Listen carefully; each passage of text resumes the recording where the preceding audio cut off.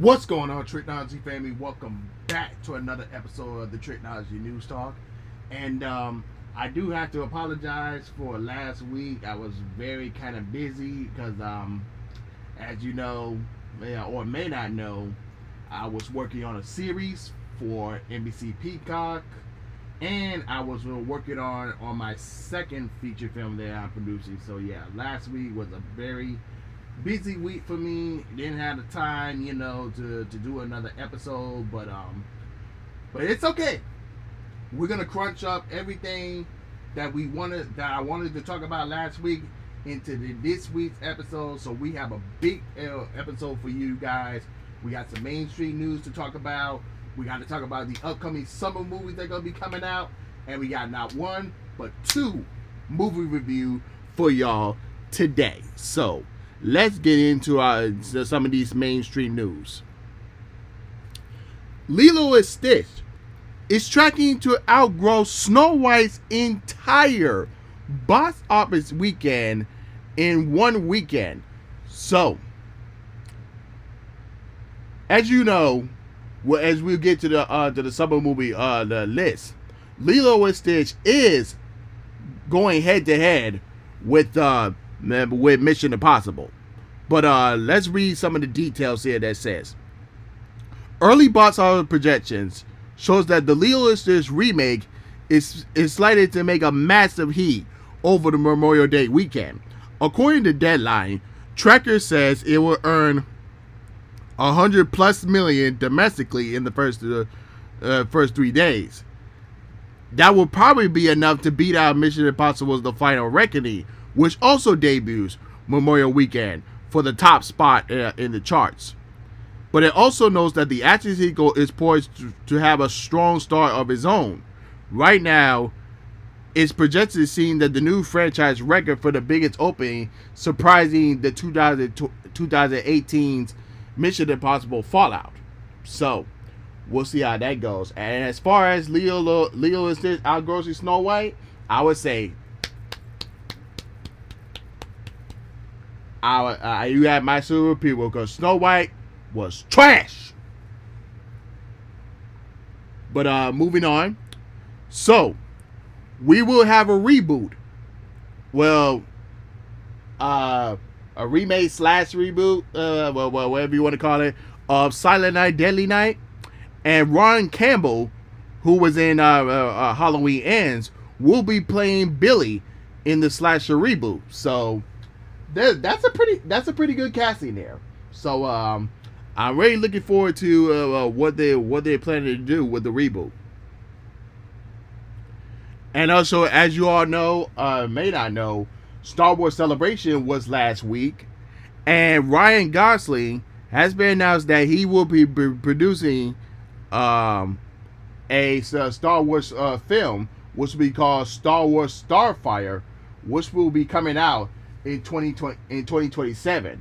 And we also got an announcement on the release date on Mandalorian and Grogu, which will also be coming out in 2026.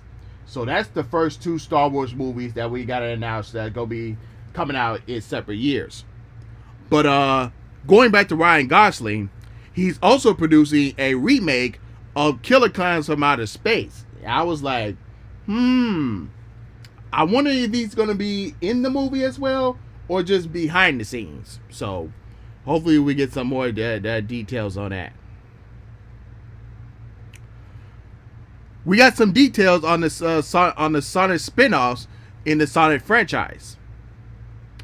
As you already know, Paramount is already slated to have the fourth film come out in 2027. It's also eyeing spin-off as well. So I think we might get a spin-off with Shadow and maybe Tails as well. So these are just my predictions, but we'll see what they're going to do moving forward. The Batman 2 delay supposedly was a result of Matt Reeves being close to a Chadwick Boseman situation. I don't know any details about that, but hopefully we'll get some more news if the Batman 2 is actually going to be canceled or not. We got some Thunderbolts early first reviews. So we're going to read some of them. And one saying says, well, Thunderbolts is easily one of the best MCU movies in a long time, and maybe one of my new personal favorites. Has some spark, charisma, and tell a genuine emotional stories that you connect. A tear was shed. Florence Purr, in particular, superb, just walks away with it. So they're saying Florence Purr will be the MVP of the movie, but we'll see. Another one says Thunderbolts was awesome. Tons of implication on how the MCU is moving forward. The team works well together. Plenty of emotions, and Yonda is my MVP. Definitely a super fun movie. Definitely stick around for the after credits. Of course, we're going to stick around for the after credits. It's the MCU movie. Shocked how good the Thunderbolts is. Putting emphasis on the character work and practical action makes this feel like the old Marvel that has us in decades plus. Wishing we gotten this sooner. Helps the dysfunctional team has chemistry too. That's pretty good there. And then last one says, Thunderbolts is raw, hilarious, and deeply human. It is a bold dive into the trauma and healing and redemption. Proof that even that the so-called defensive losers and despicable delinquents can rise above their past and become heroes that no one expected.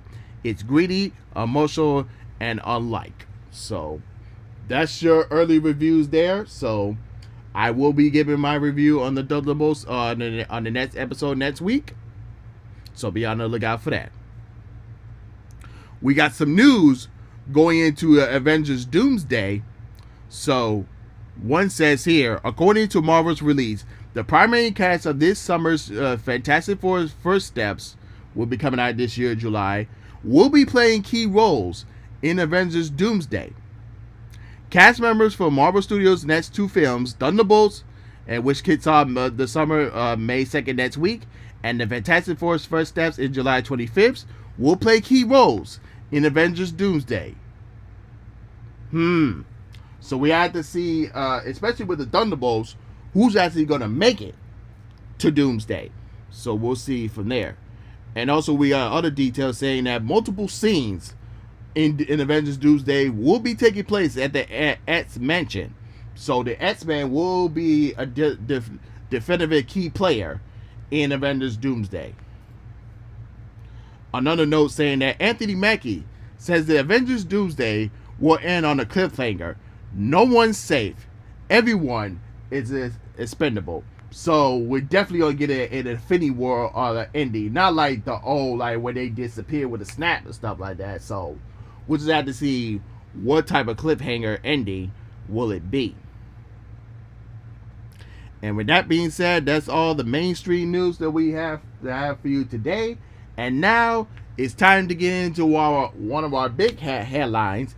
Is that it's that time of the year again. So here is all of your upcoming 2025 summer movie releases. Now be mindful, titles and dates are still subject to change or postponed. So on May 2nd, we have the Thunderbolts, Rajra and Russ. On May 9th, we have Shadow Force, Fight or Flight, Nazas, Clown in the Cornfield, and Julia and Romeo.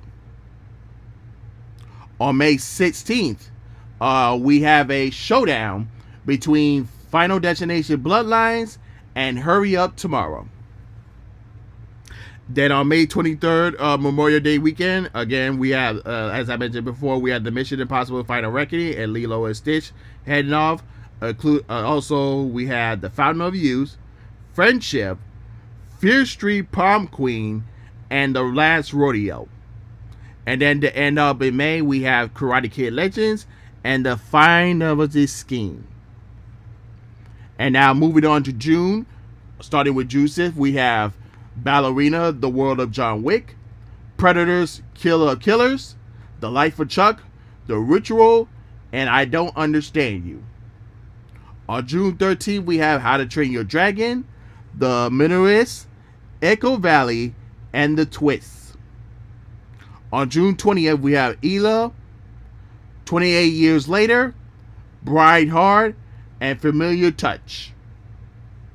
On June 27th, we have F1, Megan 2.0, Sorry Bay, and Ponybo. And that's the month of June. And now we move on to July. With July 4th weekend, we have Jurassic World Rebirth, The Old Guard 2, and Heads of State. Then on July 11th, we have Superman and Skill House. July 18th, we have a showdown between the Smurf and I Know What You Did Last Summer. And then on to end with July 25th, we have the Fantastic Four First Steps and the Happy Gilmore 2. And then lastly, to end it off with August. On August 1st, we have The Bad Guys 2, Naked Gun, and Together. On August 8th, we have Freaky Friday and Weapons. On August 15th, we have Nobody 2. August 22nd, we have Shelby Oaks, Americana, Enador, and Looker.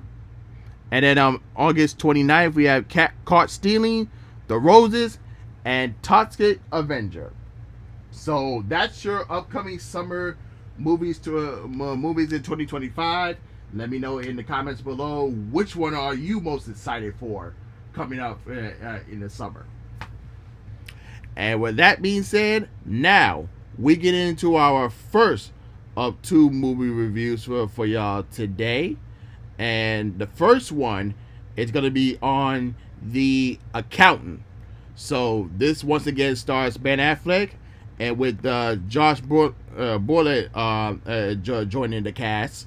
So Florence artistic accountant Kristen Wolf teams up with his estranged but highly lethal brother to track down some mysterious assassins.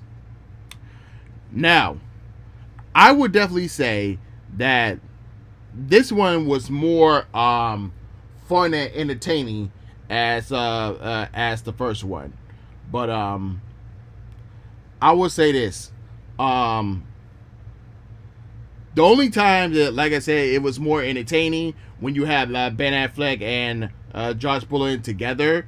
That was the only good parts, and also as well as the action scenes as well. So that's all pretty much I can say.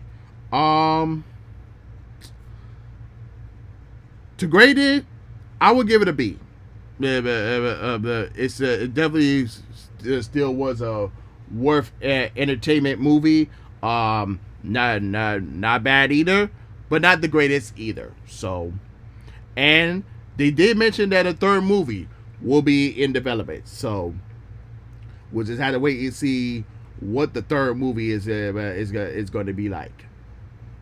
And now, going into our second movie review, in my personal opinion, I think this is the best overall and best horror movie of the year so far, and that is Sinners, starring Michael B. Jordan and directed by Ryan Coogler. So, man, there's a lot of things that I wanted to talk about in this movie, but I want to spoil it too much for y'all. So, I'm gonna give y'all my non-spoiler review as possible as I can. So, man, there was a lot to talk about. So I saw this movie, man, in Dolby Cinema, and I love every second of it. So first of all, this was definitely a love letter to the blues music. Ryan Coogler's screenplay and the direction, the visuals, the suspense, the soundtrack, and the music score from Ludwig Göransson and Michael B. Jordan's dual performance as Smoke and Stat was great and delivered on the hype. I will also say Delroy Lingo as Delta Slim was the MVP for me, but also Haley Steinfeld, Winston McCure, and the acting debut of Miles Kenton, and the rest of the cast was great as well. There was one scene one scene sequence that blend into the past and present and future of different genre music that has elements from the blues music and also the roots. And that camera work for that scene was absolutely amazing. It has some elements for these vampire movies that I will mention. For Dusk Till Dawn, Queen of the Dam, and 30 Days of Night.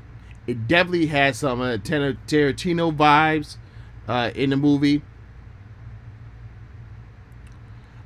And I very as far as the villain, I definitely understand his mission of what he wanted to do, being and what he wanted to accomplish, being that it was set in the 1930s of the South.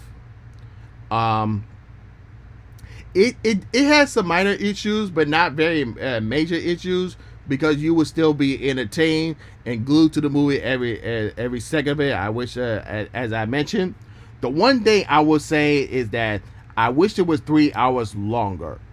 That's so much I would say. The cinematography is great, and you know Ryan Coogler looks up to the GOAT. That is Christopher Nolan. He even gave a shout out thanks in the credits. Yes.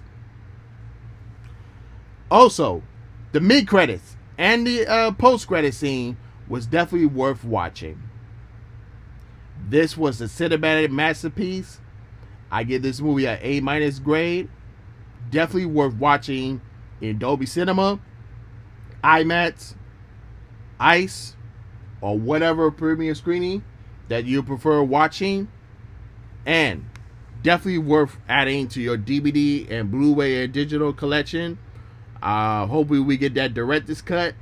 Maybe. Hopefully they show more in the deleted scenes. But we'll just have to wait and see. So that's my review on Sinners. So y'all should definitely go check out that movie, y'all. And that's all I have for you guys today, y'all. And if you're watching me on YouTube or listening to the YouTube music, don't forget to like, comment, subscribe, and hit that notification bell when new episodes are uploaded. And if you're listening to me on Spotify, Apple Podcasts, or any other podcast platform, don't forget to follow me there as well. And with that being said, this is Trico, and I'm signing off, y'all. Peace.